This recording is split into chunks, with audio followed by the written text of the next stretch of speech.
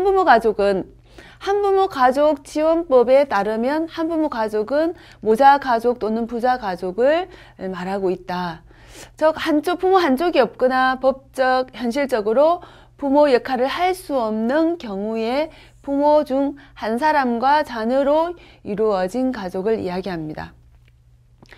1989년에 제정된 모자복지법은 2002년도에 모부자 복지법으로 바뀌면서 남성 한부모 가족에 대한 지원까지도 확대되어 가는 것을 볼 수가 있었습니다. 그리고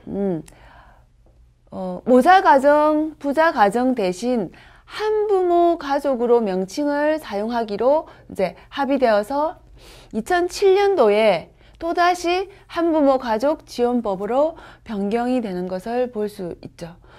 다음 한부모 가족 지원법에서는 한부모 가족에 대한 편견과 차별을 미리 예방하고 또 하나의 가족 유형으로서 존중받을 수 있도록 사회적 교육과 조치를 포함하고 있다. 법령에. 우리나라 한부모 가족 중 모자 가정이 많은 이유 중에 하나는 이혼을 할 경우에 법원이 어머니에게 미성년 자녀의 어떤 양육권을 부여하는 경향이 좀 높았기 때문에 그래서 모자 가정이 좀 더 많은 걸 볼 수가 있다라는 거죠.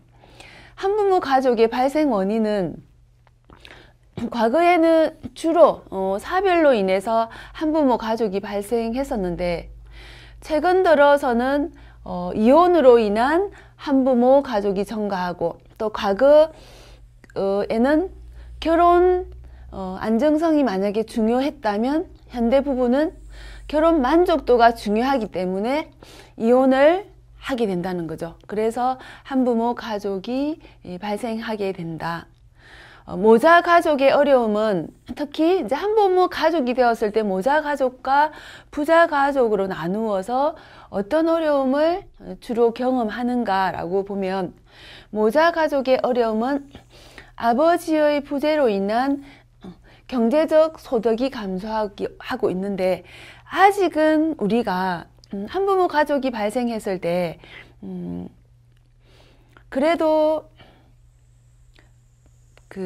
아직은 여성이 경제 활동에 많이 참여하고 있기는 하지만 소득적인 측면에서나 여러 가지 측면에서 경제 활동 참여 인구 측면이나 이런 것으로 봤을 때 아직까지 경제 활동은 부족한 편이기 때문에 이제 이런 문제가 가장 크게 드러난다라는 거죠.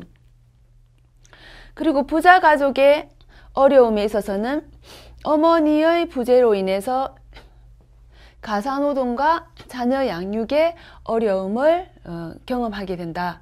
이제 제가 알고 있는 어느 부자 가족을 보면 아주 어린 시기에 또 부자 가족이 됐을 경우에 제가 알고 있는 현재 제가 상담하고 있는 그 가정의 부자 가족은 첫째 아이가 2살 그리고 둘째 아이가 태어나는 시점에서 이렇게 2명의 아이가 있는데 태어나는 시점에서 부자 가정이 이렇게 된 거예요. 그래서 그때부터 아이를 키우다 보니까 이 가정도 이제 경제적인 어려움을 겪게 되겠죠. 아빠가 일을 하러 갈 수 없는, 그죠? 이런 상황이 되어서 지금은 아이들이 많이 컸어요. 지금은 아이들이 많이 커서 중학생과 그리고 초등학생 이 정도인데 지금은 이제 아빠가 정규직이 아닌 비정규직의 어떤 계약직의 일을 하고 있어요. 이런 경우에는 예외적으로 부자 가정이지만 어떤 양육의 어려움도 있지만 그보다 더 큰 것이 경제적인 어려움이었다라는 거죠. 그래서 이러한 부분들은 시대가 점점 변하면서 여러분들 주변에도 그죠? 지역적으로도 차이가 또 있다라는 것입니다. 그렇게 알고 계시면 되고요. 자, 한부모 가족에게는 가족 교육이나 상담 서비스 그리고 경제적인 독립을 확보하는 것, 실제적으로 양육에 대한 도움을 줄 수 있는 지원 정책, 이런 것들이 필요하다 해서 지금 많이 이제 이런 부분들은 지원되고 있는 부분들입니다. 그래서 특히 이제 제 경험에 비추어서 보자면 상담을 할 때에 특히 이제 부자 가족의 경우에 어떤 부자 가족인데 아빠가 딸을 키울 경우에 딸이 어떤 신체적인 변화나 이런 부분들이 점점 그 제2차 성징이 나타나고 이렇게 사춘기가 되고 그죠? 이렇게 자라면서 아빠가 딸아이를 돌봄을 하는 데 있어서는 제한적이 덜하는 거죠.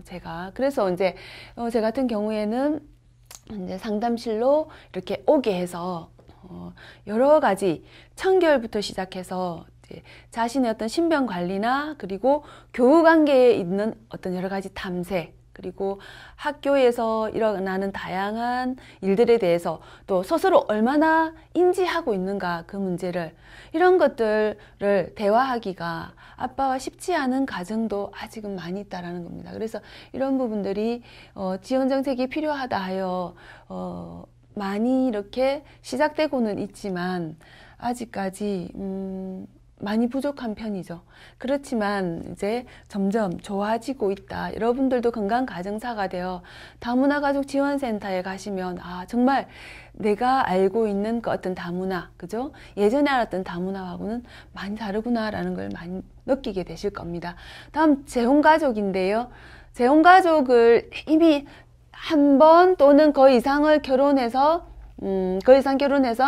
가정을 이룬 남성이나 여성이 다른 배우자와 가정을 재구성하는 건데 결혼했다가 다시, 그죠? 어떤 사별이든 이혼이든 간에 결혼을 한번 했었는데 다시 하는 가정을 다시 결혼을 해서 이루는 가정을 이야기하죠. 최근 10년간의 어떤 그 동향을 살펴보면 남성과 여성이 모두 재혼인 형태가 가장 높은 비율. 그래서 남자도 여자도 요즘은 재혼을 많이 하고 있다라고 보시면 되겠죠. 이어서 초혼 남성과 재혼 여성의 결합이 많다.